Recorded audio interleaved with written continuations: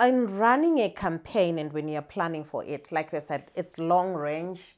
You have to have the sixth sense navigator and know that, everything may actually go wrong. You run a fantastic, impactful in your own, perspective and view kind of campaign, but everything may actually go wrong and you fail at it. You have to be prepared. How are you going to magnanimously accept that you failed or accept the defeat in one way or the other? And I've watched Hillary Clinton, and I've been privileged to be in her masterclass and having privilege to her, consolation speech. She had both, the winning speech and the consolation speech. And so she prepared for both. So in planning as well for a campaign, you have to plan for both. And within the How Far campaign, that is exactly what we saw. There's so many things that just went wrong with the campaign. We had billboards, but that had to pass through ADMA. And I'm sure our agency had to go through all that, the censorship that had been warned. Some of them, they said they couldn't run them. We had local authorities, where we had billboards, and they said, you know what, we don't want to fight with you, but there are authorities that have come to us. We have to take down your billboards. We will fold them nicely. If you pass through our town, please, you can collect your canvas. We cannot have these billboards, be pitched in our local authority area in terms of mandate. We had violence.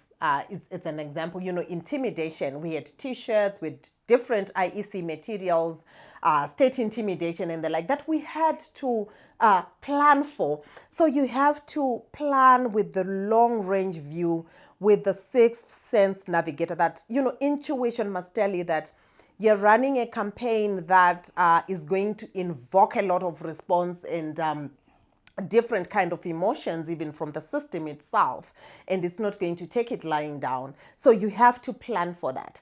But you're planning for what may go wrong, but it can also invoke a lot of excitement as well amongst the citizens. Like the How Far campaign, I think it had a lot of excitement, and you have to plan for it so that you remain on course. The idea is about keeping the course. You have, besides the threats, besides the excitement, the reception that you may get, you have to keep the course. And there is a way that you have to keep the course and to navigate. So you must anticipate, you must plan in advance in terms of how you're going to deal with each of these stations that you're going to meet in your campaign. And I think for us, it was quite a lot. But we believed that we were going to take whatever was going to come our way in terms of the responses, the reception that we were going to get from the system, from the government itself, from stakeholders, from the citizens themselves. Like we said, because it was two-pronged in terms of the citizens' arm or limb, but also the system and the government limb as well. So in planning, I think you need to be very aware in terms of how you're going to deal with the long range issues that you'll face. And like we said, you cannot change the rules along the way. You have to have anticipated and planned for them, and the plan B is very important.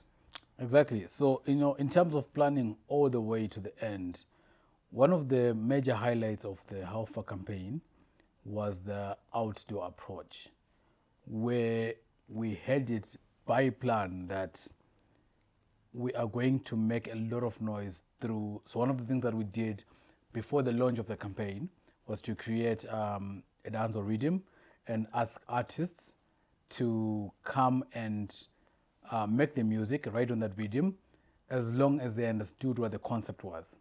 So literally what we did is sell our manifesto to the artists, and they came through and they did that. And we actually gave out that music for free a day before the launch. The catch was we would have people at every street corner parceling out free CDs, but the invite to the launch was actually on that CD.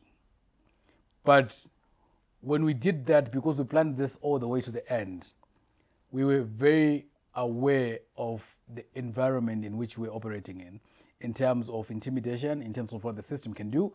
And so it was easy to divert the system and to divert their attention to the launch.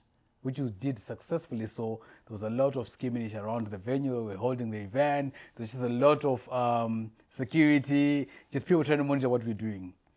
But what they did not know is while that was happening, we had 30 teams across Zimbabwe putting up billboards at the time we were launching the campaign in Avondale.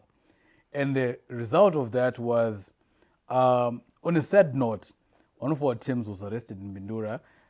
And as Jay says, it was during COVID. The cops had an excuse to say it's post curfew. Oh, there was a curfew then. It's post curfew hour. So you've been arrested for working after curfew. Yeah. But if we did not plan this to the end, we would probably had 1 or 2 teams. And it meant that 50% of your team is gone. Yeah. But in this case, we had 30 teams. So we just lost 1 team. But we had all the other teams across Zimbabwe putting up the billboards. And as a result, when they finally realized what had happened, they would go on the next day to ban the billboards, which is something we also anticipated. You see, when you're dealing with a campaign, whether it's for private sector or it's for CSO, for any issue, anyone who is not for your issue is competition in a way. So this could be a competing car brand. If you put on a car advert, they may react. You need to anticipate that reaction. We anticipated that there's going to be violence around putting these billboards up. And we actually worked on creating an avenue for them to vent their anger through violence on the billboards. And you know what that did? Once they banned one billboard in Masasa, that was it. Everybody put the billboard on Twitter and the campaign went trending. So we planned all the way to the top. Yeah. We trapped our competition because they did not know what else we had in what hand. Yeah. So while they were monitoring the launch, we had billboards going up. By the time they were reacting to the billboards, they actually then drove our digital reach to massive heights that have never been. I tell you, 48 hours after the launch, how far was the talk of town? I remember even other political actors began to ask the alpha questions as, yes. They just jumped on it like that. Yeah. So I think there is value in planning a campaign all the way to the top. There is a value in anticipating that everything will go wrong.